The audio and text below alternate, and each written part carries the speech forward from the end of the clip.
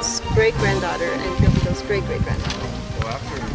What do you want people to remember about this place and the story? I'm going to base it on the stories that I used to hear as a child, and they were stories of valor, of the difficulty of coming and starting out here, clearing the land,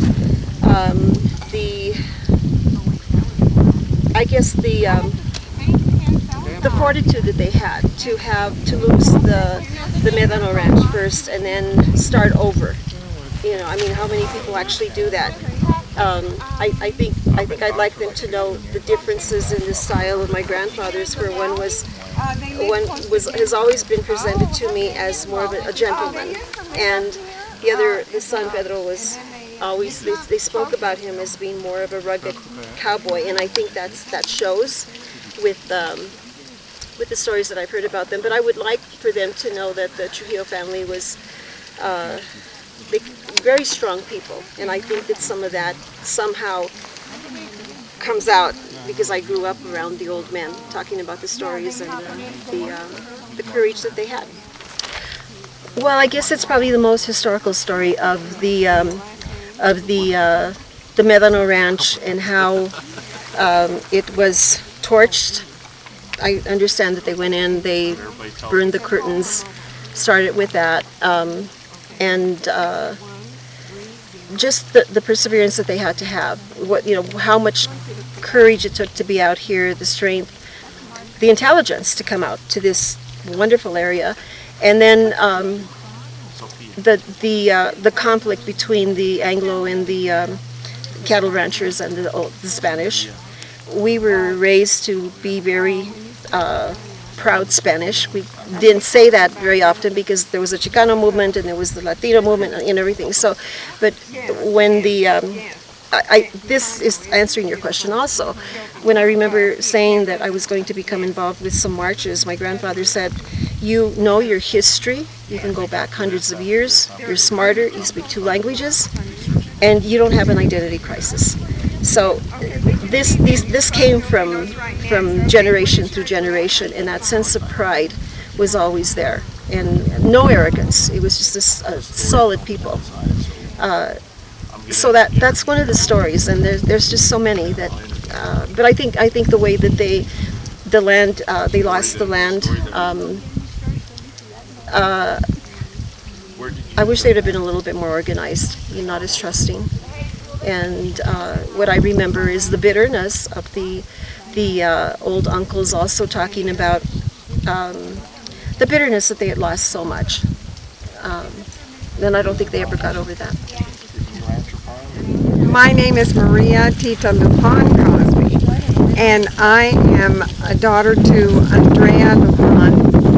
She had 2 children. My brother's name is Armenio Hernandez Lupon, and I am the great-granddaughter of Teofilo Trujillo and granddaughter of Pedro Trujillo.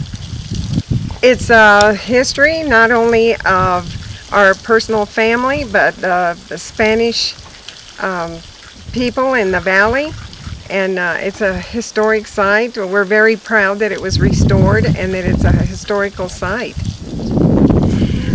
My mother used to drive a buckboard and a couple of horses into Monte Vista. That's one of the stories. And she said, I guess the horses got excited when we got to Monte Vista because they would stop and urinate before they went into town. And another one is my grandfather would ride a mule, and he would go to Facets, which was one of the first stores in Monte Vista. And other people had trouble with their mules making them go, but all he had to do was look at his mule and he would mind. Just one look. My name is Gala Trujillo, and I'm related to this family. I don't know too many of them, but I'm getting to know them now. Because I was adopted when I was a baby, so I didn't get to see a lot of relatives. But I'm glad that I was able to come here with my daughter Debbie and the rest. My name is Mark Anthony Trujillo. I am the son of James Philemon Trujillo, whose father was Rafael Trujillo. We're from Kansas City, and my grandpa moved to Kansas City when he was real young. He actually ran away from home from his dad, who was Julian, and just settled in Kansas City. And I became very interested in a lot of this stuff. My grandpa was passed away last year. There's a lot of stories. Running in the San Luis Valley, barefooted and mobbed and English, and I'd always throw shoes at him and stuff and yell at him in Spanish. And he just got a big kick out of it.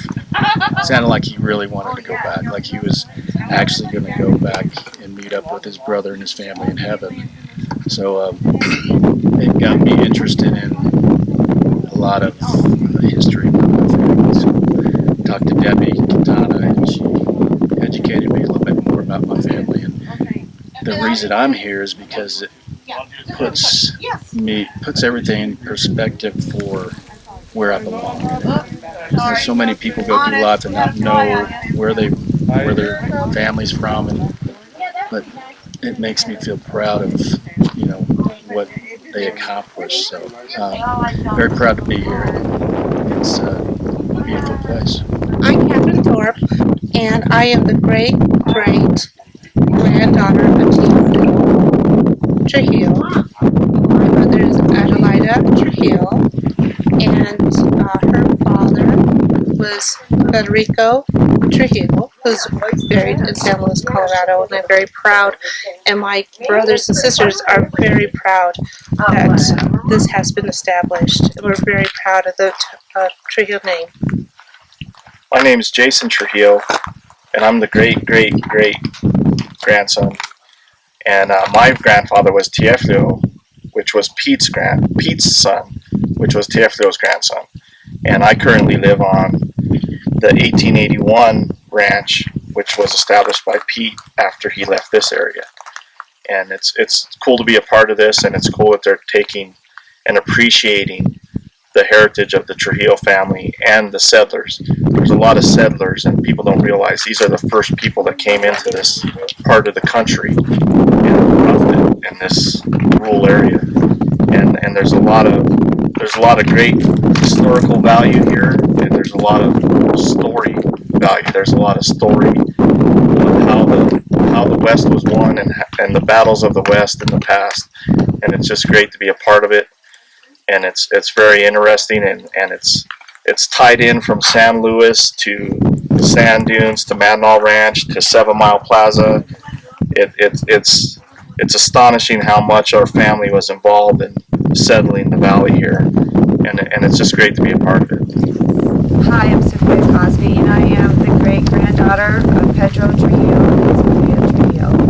And I have 2 children, Christopher and Cameron, and they are the great-great-grandchildren of Pedro and Sophia Trujillo. Thank you. Of your hair. 1, 2, 3. I need to thank Ben and Carol Fitzpatrick for their donations to restore the house. And also, I want to thank the Nature Conservancy for meeting with the Lingers and getting some more history, and for really all the donations that people have, and time and effort in restoring the house. Thank you so much.